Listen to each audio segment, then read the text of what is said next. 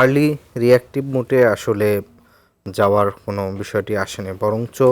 এখানে আপনি যদি দেখেন যে সরকারের বিএনপি সরকারের এক ধরনের মনস্তাত্ত্বিক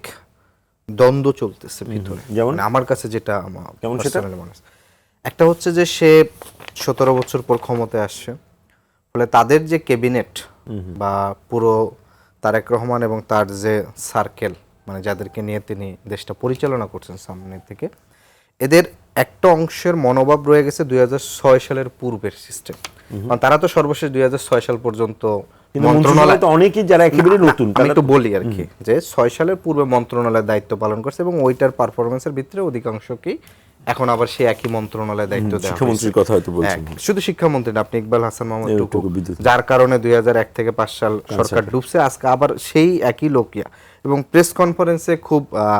এক ধরনের সাংবাদিকদেরকে মানে প্রশ্ন করলে প্রশ্নকারীকে উল্টা পাল্টা প্রশ্ন করে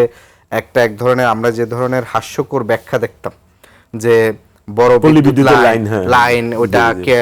কেটে যায়, সেটা সংশোধন করতে টাইম লাগে, এই যে ধরনের ব্যাখ্যা দেওয়ার। আবার আরেকটা হচ্ছে তরুণদের মধ্য থেকে যাদেরকে নিয়োগ দেওয়ার চেষ্টা করছেন তার আশেপাশে রাখার, সেক্ষেত্রে দেখা গেছে যে তারা কতটুকু গভর্নমেন্টের সহকারী হবে সেটা না দেখে বরঞ্চ বিরোধী দলের বিপক্ষে তারা কতটুকু ভোকাল, এই ধরনের এক ধরনের টেনশন দেখা গেছে। এখন বিষয়টি হচ্ছে যে তার সরকার অভ্যন্তরীণ, যেটা হাবিব ভাই একটা অংশ বললো যে সরকারের ভিতরে অনেকেই আওয়ামী লীগ এবং পূর্বের সরকার অনেকে নিয়োগ প্রাপ্ত, বিশেষ করে প্রশাসনে পুলিশ বা প্রশাসনে একটা নিয়োগের ক্ষেত্রে আছে। এখন এদেরকে মিনিমাইজটা কিভাবে করব? আর মিনিমাইজ করার ক্ষেত্রে সে এক ধরনের দৃষ্টিভঙ্গি হচ্ছে যে হ্যাঁ, আওয়ামী লীগ ভার্সেস জামাত এনসিপি একটা মুখোমুখি করার এক ধরনের পলিটিক্যাল চিন্তা ভাবনা, এটা এক ধরনের যে হ্যাঁ তোমরা মুখোমুখি হবো, আমরা এখান থেকে তাহলে আমাদের কন্ট্রোল রাখতে সুবিধা হবে, এটা একটা দৃষ্টিভঙ্গি, অর্থাৎ মুখোমুখি করা। আবার আরেকটা হচ্ছে যে তাহলে আওয়ামী লীগের বিষয়ে আমরা কিভাবে এই জিনিসটা সলভ করব, সেটাকে আসলে কতটুকু সমাধান করে আসলে রাজনৈতিকভাবে মোকাবেলা করব, এই জায়গায় একটা মনস্তাত্ত্বিক এক ধরনের আমার কাছে মনে হচ্ছে দ্বন্দ্বের আছে। এবং যেটি বলছে যে সময়ের ক্ষেত্রে দেখেন আরেকটা সবচেয়ে গুরুত্বপূর্ণ বিষয় এই সরকারের, যে আপনি সরকারের খুব সুস্পষ্টভাবে 12ই নির্বাচনের আগে তারেক রহমান যতগুলো তার জোট সঙ্গীদেরকে প্রতিশ্রুতি দিয়েছেন, বিরোধী দল বাদী দেন, জনগণকে প্রতিশ্রুতি দিয়েছেন, সরকার গঠনের ঠিক 1 মাস 15 দিনের ভিতরে সেই প্রতিশ্রুতিগুলা খুব ধারাবাহিকভাবে ভঙ্গ করছে। এবং শুধু সেই প্রতিশ্রুতি না, আপনার যেখানে 31 দফার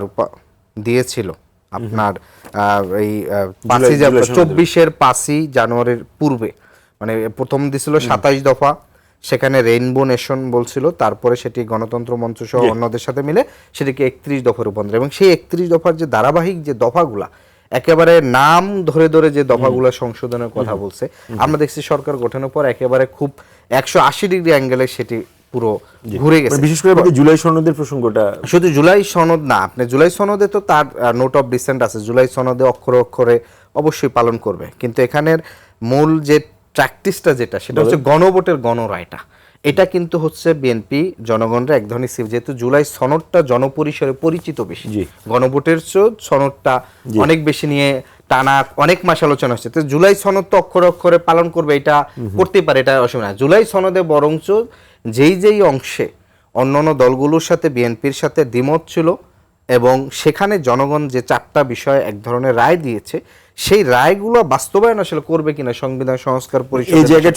জায়গাটা প্রথম থেকে সন্দেহ আপনাদের এসে কারণে এইটা তো প্রথমেই সে প্রতিশ্রুতি ভঙ্গ করছে। এবং বিএনপির স্থায়ী কমিটির ইনক্লুডিং জনাব আমির খসরু মাহমুদ চৌধুরী, জনাব মির্জা আলমগীর ভাই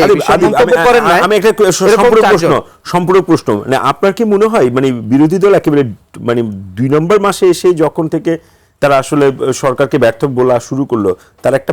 পেছনের কারণ হচ্ছে এই আপনি যেটা বললেন যে 45 দিনের মাথায় প্রতিশ্রুতি ভঙ্গ, এটা আপনাদেরকে নাড়া দিয়েছে? হ্যাঁ, এটা সবচেয়ে বড় প্রতারণা। মানে আপনি তো ধরেন এখানে আপনি বলতে পারেন যে হ্যাঁ, সে জাতীয় নির্বাচনে সে 49% জনগণের ম্যান্ডেট নিয়েছে, একই সাথে তো গণভোটের রায়ে তো প্রায় 69% হ্যাঁ ভোট দিয়েছে। তাহলে আপনি কি করলেন, সরকার গঠনের পরে আপনি 49% আপনার কাছে রেখে বাকি 20% প্রথম দিনে আপনি হচ্ছে ডিসকানেক্ট করলেন এবং ডিজোন করলেন এবং তাদেরকে এক ধরনের নেগলেক্ট করলেন।